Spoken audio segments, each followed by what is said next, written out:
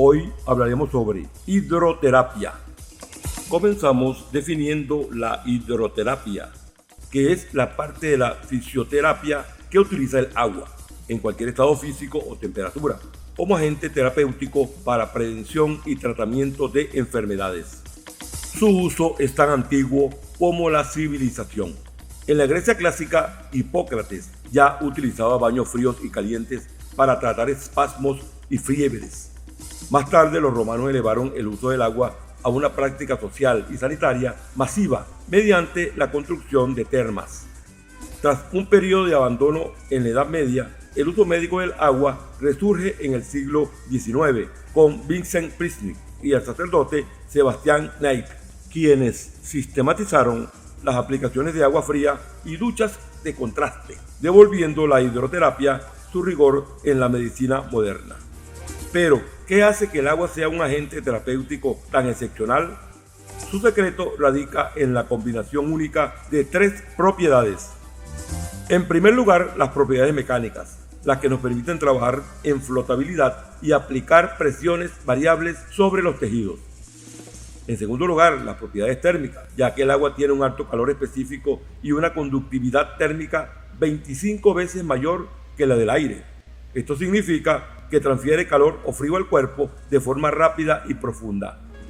Y en tercer lugar, las propiedades químicas, ya que actúa como un disolvente universal, permitiendo transportar minerales que son absorbidos por la piel. A esto se suma que es un recurso económico, no invasivo y altamente adaptable a las necesidades de cada paciente. Para entender cómo ocurre el agua, debemos analizar sus tres mecanismos de acción principales. Primero, el mecanismo mecánico, basándose en el empuje hidrostático del principio de Arquímedes, el cual revela que al sumergir el cuerpo hasta el cuello, soportamos solo el 10% de nuestro peso. Esto libera a las articulaciones de la carga y facilita el movimiento. También juega un papel importante la presión hidrostática, que es la presión que ejerce el agua sobre la superficie corporal, favoreciendo el retorno venoso y linfático, actuando como un masaje circulatorio natural. En segundo lugar, el mecanismo térmico, ya que el calor a temperatura mayor a 36 grados centígrados produce vasodilatación, aumenta el flujo sanguíneo, relaja la musculatura y eleva el umbral del dolor. Y el frío a temperatura inferior a 30 grados centígrados provoca vasoconstricción inicial, reduce la inflamación aguda y actúa como un potente estimulante metabólico.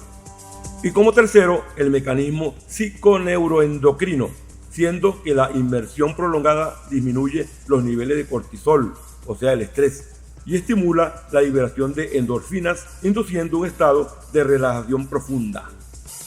Pasamos ahora a los manantiales termales. Un manantial termal es una fuente natural de donde brota agua a una temperatura superior a la media ambiental del lugar.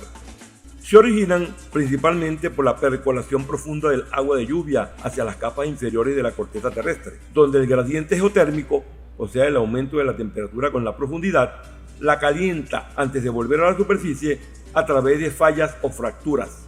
Según la temperatura a la que brotan de la tierra, los manantiales se clasifican en hipotermales cuando la temperatura es menor de 20 grados centígrados, mesotermales o isotermales con temperaturas entre 20 y 37 grados centígrados muy cercanas a la temperatura corporal, e hipertermales cuando la temperatura es mayor a 37 grados centígrados, pudiendo alcanzar en algunos casos más de 60 grados centígrados. No todas las aguas termales son iguales. Su valor terapéutico depende de su composición química mineral, adquirida tras años de contacto con las rocas subterráneas. Las clasificamos según sus componentes predominantes en aguas sulfuradas que contienen azufre, que son las reinas de la dermatología, ya que tratan psoriasis y eczemas, y de la neumonía fluidifican secreciones. Las aguas bicarbonatadas, que son indicadas principalmente en la ingesta para neutralizar la acidez gástrica y mejorar la función hepática. Las aguas cloruradas, ricas en sodio y cloro, que tienen un fuerte efecto estimulante sobre el metabolismo y la circulación muscular. Las aguas ferruginosas, con presencia de hierro, indicadas en cuadros de anemia o estado de fatiga crónica. Y las aguas radioactivas, que en dosis terapéuticas controladas ejercen un potente efecto sedante, analgésico y modulador del sistema inmune. Las técnicas termales combinan el estímulo térmico del agua con su composición minero-medicinal. Las dividimos según la vía de administración. En primer lugar, tenemos las técnicas hidropínicas, donde el agua se ingiere en dosis pautadas para afecciones digestivas o renales.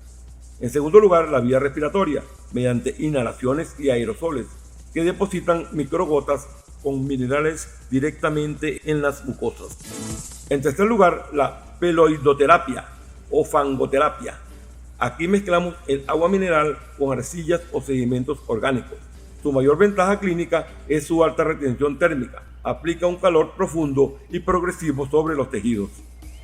Y por último, la clenoterapia externa, que abarca los baños individuales o colectivos a temperaturas controladas. Pasando a las formas de aplicación de la hidroterapia, la clave aquí es cómo combinamos la temperatura con la fuerza mecánica.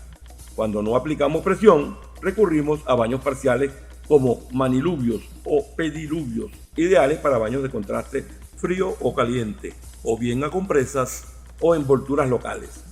Cuando añadimos presión mecánica, utilizamos duchas o chorros, como el filiforme o el escocés.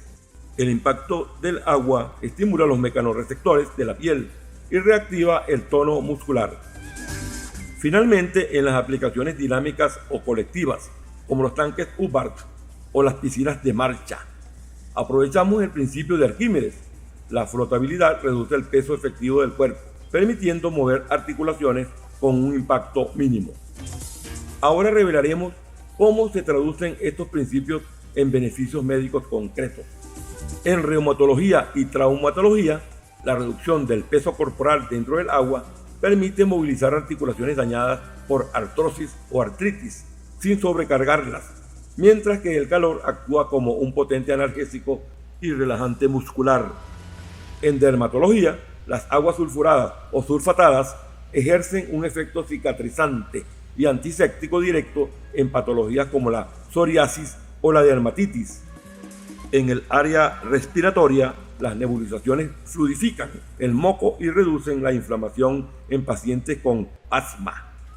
Y en neurología vascular, los estímulos térmicos alternados reducen el sistema circulatorio, mientras que el medio acuático facilita la marcha en pacientes con secuelas neurológicas. Para concluir, debemos entender que el balneario trasciende la medicina. Es un estructurador del espacio y la sociedad. Desde el punto de vista social, pasamos de las termas romanas al auge del siglo XIX durante la Belle Époque. El balneario se convirtió en el punto de encuentro de las élites, donde se combinaba la cura médica con la vida social. Ya en el siglo XX, el modelo se democratiza con el termalismo social público enfocado en el envejecimiento activo. Desde la perspectiva espacial, el manantial dio origen a auténticas ciudades balneario, con sus propios hoteles, jardines y teatros. Esto permitió dinamizar zonas rurales y de montaña alejadas de los grandes núcleos industriales, convirtiendo la medicina termal en un motor de desarrollo territorial.